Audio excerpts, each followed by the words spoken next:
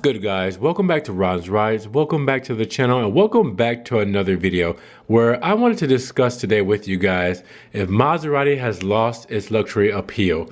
Now, this was a question asked by Neil from Observer.com, an article that I found interesting that I came across that I wanted to share with you guys. Now, we've kind of indirectly talked about Maserati and its rise and somewhat fall in the automotive industry, and whether people agreed or disagreed. We talked about why Maserati is even considered in this kind of conversation. So I wanted to see what someone else had thought about this when I came across the article. And I wanted to share it with you guys to again have this discussion to see what your feelings are on this and see if you feel like this person's feelings are valid. Now, as an advocate of Maserati, I'm always going to love the brand. I'm always going to talk about its strengths, and I'm always going to talk about its weaknesses. But mostly, I like to bring up constructive criticism because I want the brand to do good. If you love it, you want it to improve. So that's one of the things that I want to bring up about this discussion, see what you guys think that Maserati needs to do in order to be considered, and I'll quote this, luxury. Yes, it still has its sex appeal. Yes, it still has its vicious sports car sound and look, but its luxury appeal. That's the discussion today. Now, I'll share the link to the article down below so you guys can get the full context here for yourself, and you can really dive deep into what Neil is explaining to us here. Now, he starts off saying that he has never really driven a Maserati before, and that his love and enthusiasm is reserved for electric cars. So normally, driving a Maserati hasn't been anything that has been up his repertoire.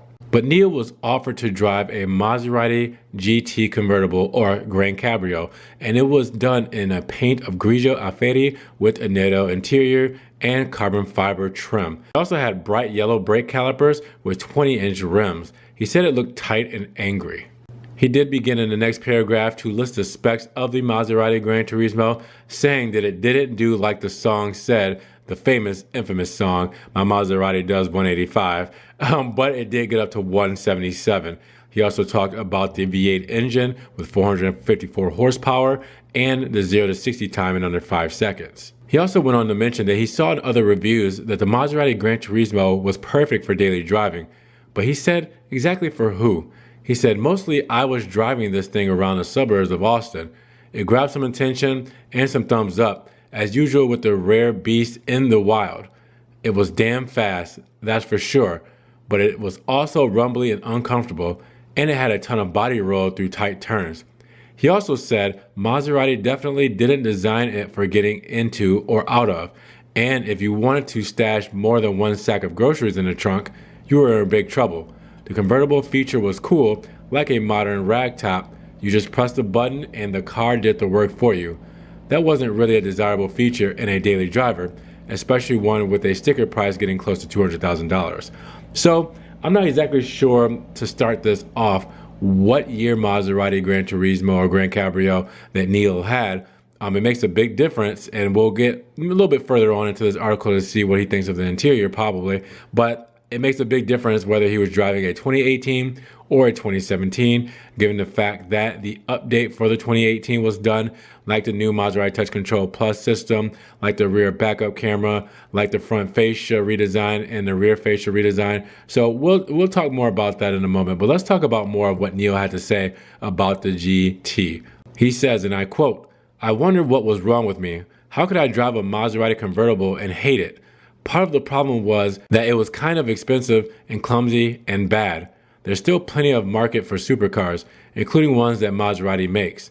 There are always sheiks and entrepreneurs willing to take $1 million baby for a twirl, and there's certainly plenty of enthusiasm for six-figure sports cars." He began to say, and it's not the noise either. Judging by the monster trucks and smokestack huffers I see on a daily basis in Texas, some people still like their cars loud. If your car is going to be fast and loud, it had better be a Hellcat Red Eye or a supercharged Mustang or some other sort of American muscle job.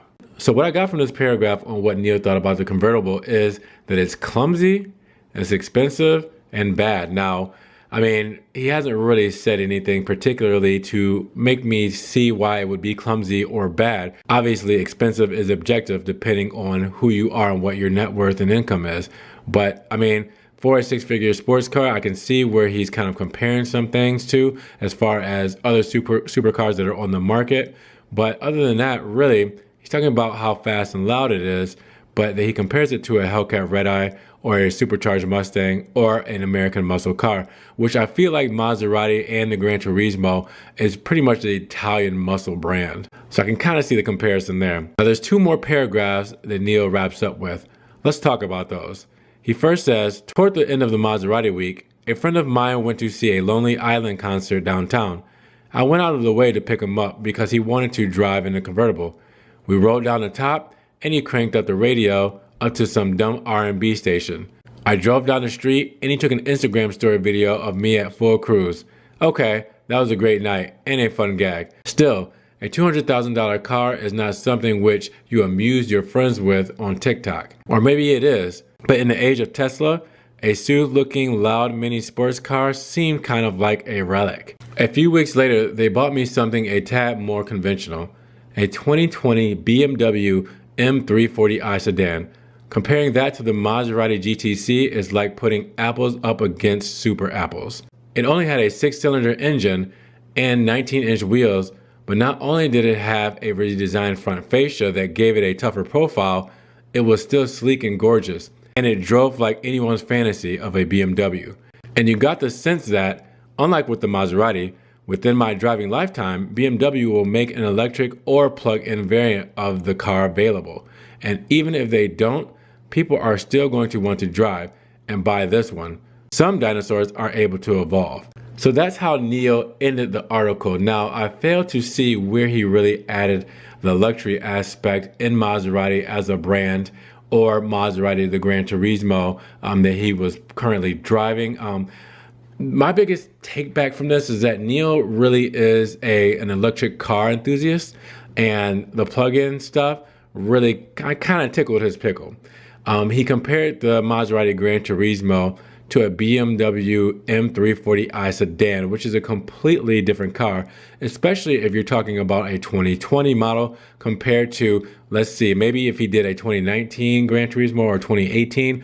Surely, hopefully not, he did not do a 2017, because that would be completely different, like I said earlier, as far as technology and interior space. Neil probably doesn't know a lot about Maserati as a brand, probably doesn't know about the hybrid Ghiblis coming or the full electric cars and stuff that they have coming, and probably doesn't know that it's not really a comparable car to the 3 Series.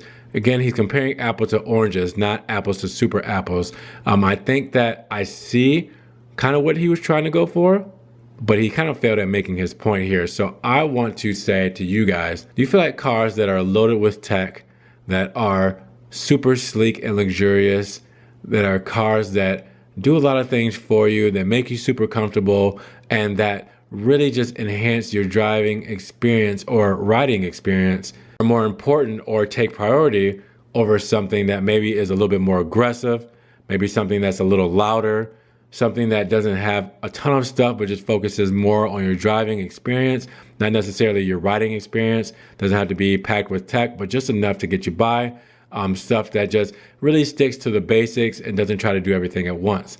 I definitely want to know what you guys' opinions are on this, because you guys know me, I've rallied for Maserati, but I've said that they need to keep up with the times and evolve, because you evolve or you die. But at the same time, I don't want them to lose who they are. I don't want them to lose their character. And I really think that Maserati has done a lot of growing, and I think they have a lot of great things coming out in the future. And I think that people still love these cars. I know that we've talked about maybe the appeal of them being exclusive dropped off a little bit when they started producing the Ghibli and Levante. They were chasing a numbers game, and when you see Maseratis that are on the market used for $35,000, $30,000, when you see Maseratis at every other corner, they lose a little bit of their appeal. Not necessarily luxury appeal, because they're still considered a luxury Italian brand, but maybe their exclusivity appeal. And when you put them up against the competition, it's a little tougher, because they're a different car than what's out there on the road, like your everyday Audi, BMW, or Mercedes. So I wanted to bring this up to you guys, see what you thought, and see if you agreed with Neil on some of his points that made sense, or if you guys are with me on this one. Now, if you disagree with both of us, make sure you leave your own comments down below on what you think about this topic. With that said, hopefully you guys enjoyed the video today. If you did, make sure you give it a thumbs up. Giving it a thumbs up helps get it up in the rankings. More people can see it, and we can have a bigger discussion on if the Maserati brand has lost its luxury appeal. Now, with that said, make sure you check out the links down below. If you guys want to help support the channel, I do have a link to my one-time donation through PayPal. If you guys want to donate $1 or $2 to the channel, help support us. You can also check out the Patreon subscription as well, or you can check out the Ron's Rise merch. If you guys want to get a coffee mug, pillow, you guys want to get some Ron's Rise stickers to put on your cars, probably not on your cars, but put somewhere, maybe on a laptop, make sure you check that out as well. You can also check out my social media pages, Facebook, Snapchat, Instagram, always posting exclusive content on there as well, not just on our channel. Now, with that said, you guys subscribe for more Ron's Rise videos, click that notification bell so you can get more Ron's Rise videos straight to your inbox as soon as they come out. And with that said, guys, we will see you in the next Ron's Rise video. You guys be blessed, drive safe, we'll talk to you then. Peace.